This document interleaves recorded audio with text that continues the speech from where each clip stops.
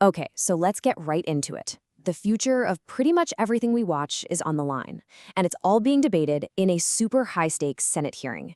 At the heart of it all, a potential merger between the streaming giant, Netflix, and the absolute legend that is Warner Bros. Discovery. And believe me, this isn't just some boring business deal. This is a fight that could reshape our screens forever.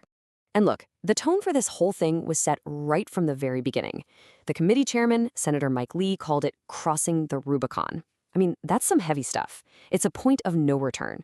He was basically saying this isn't just about one merger. This is a defining moment for American industry, period. So, who are the two massive players in this showdown? On one side, you've got Netflix. You know them. The digital empire that started with those red DVD envelopes and now has over 325 million subscribers worldwide. Just huge. And on the other, Warner Bros. Discovery.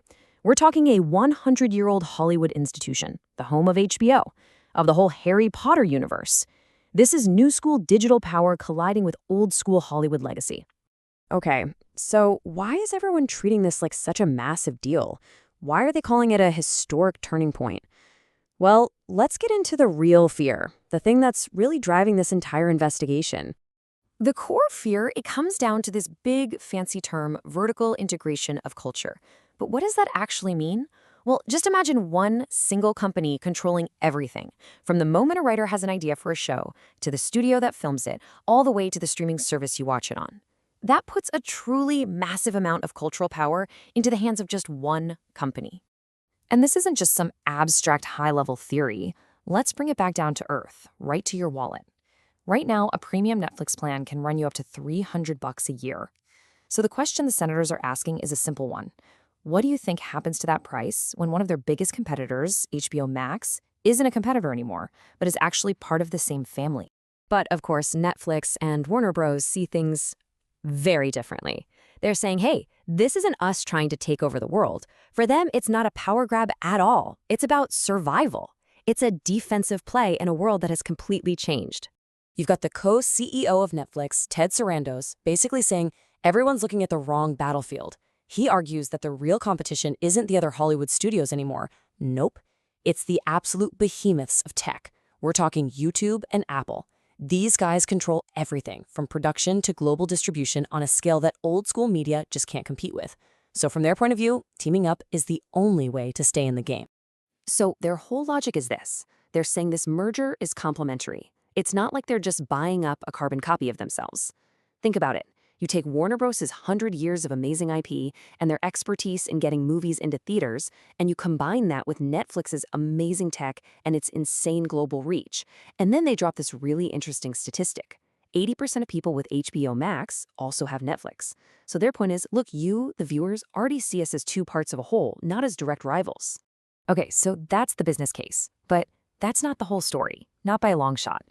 Because the conversation in that hearing pivoted. And it pivoted hard, right to the central legal battle. The big M word, monopoly.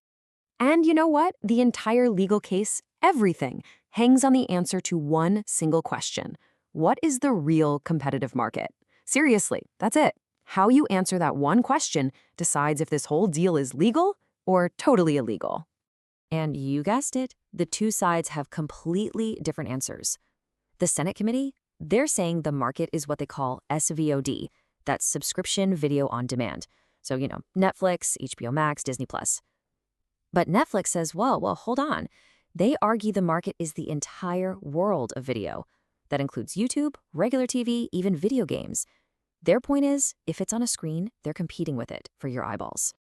And here's why that definition is the whole ballgame. If you define the market narrowly as just subscription streaming, their combined share would be over 30%.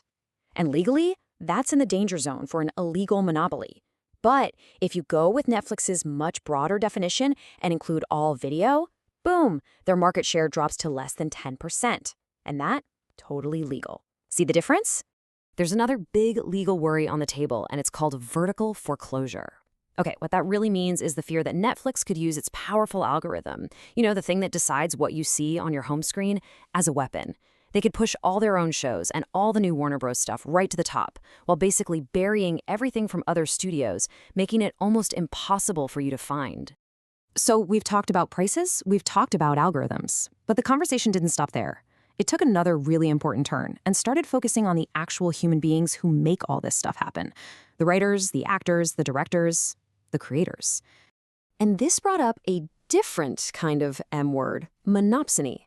Now, this is basically the flip side of a monopoly. So instead of one giant company selling everything, you have one giant company buying everything. In this case, one massive studio buying up all the best scripts, hiring all the best talent. And if you're the only big buyer in town, well, you get to set the prices. And here's the nightmare scenario that the unions and some senators are worried about. Step 1. 2 of the biggest paychecks in Hollywood combine into one. Step 2. Suddenly, there are way fewer companies bidding for that hot news script. Step 3. The bargaining power for creators just tanks. And that could lead to Step 4. Lower pay, smaller residual checks, and maybe even more jobs getting shipped overseas to save a buck. You'd think that would be enough, right?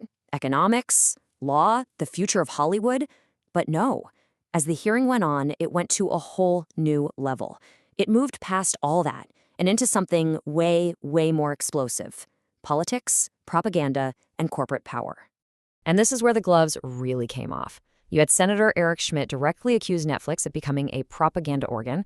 His argument was that the company has a political bias, and that bias is being pushed into the shows we watch, basically using entertainment to shape culture through a specific ideological lens. Now, the basis for that pretty intense accusation was a specific number he brought up, a very controversial one. He claimed that 41% of G-rated kids shows on the platform featured LGBTQIA+ themes. And as you can imagine, that number just became a huge flashpoint for the whole debate about cultural influence. But don't think for a second the attacks were just one-sided. Oh no. Senator Cory Booker fired back with an equally explosive charge: crony capitalism. He pointed to reports about a private, hour-long meeting between CEO Ted Sarandos and President Trump, a meeting that happened just days after Trump apparently bought $2 million worth of Netflix bonds. You can see why that raised some pretty serious questions. So, okay, after hours of this incredibly heated debate covering everything from economics to law to culture wars, where does that leave us?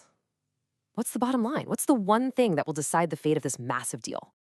Well, it's pretty wild, but after all of that, all those complicated arguments, it all comes back to that one simple question we talked about before.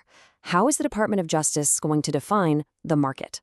That one decision, that one interpretation will literally determine everything. And Senator Cory Booker really brought it home with a powerful closing statement. He basically lifted the whole conversation up way beyond just dollars and cents. He reminded everyone that art isn't just a product you sell, it shapes the soul of a country. It fuels our dreams. And the real deep concern here is whether we want to trust that soul to just a tiny handful of massive corporations. So here we are, the entire future of entertainment. What shows get made, how much you pay for them, whose stories even get told. It could all come down to how a few lawyers to find a single word. The question is, what story will that final decision tell?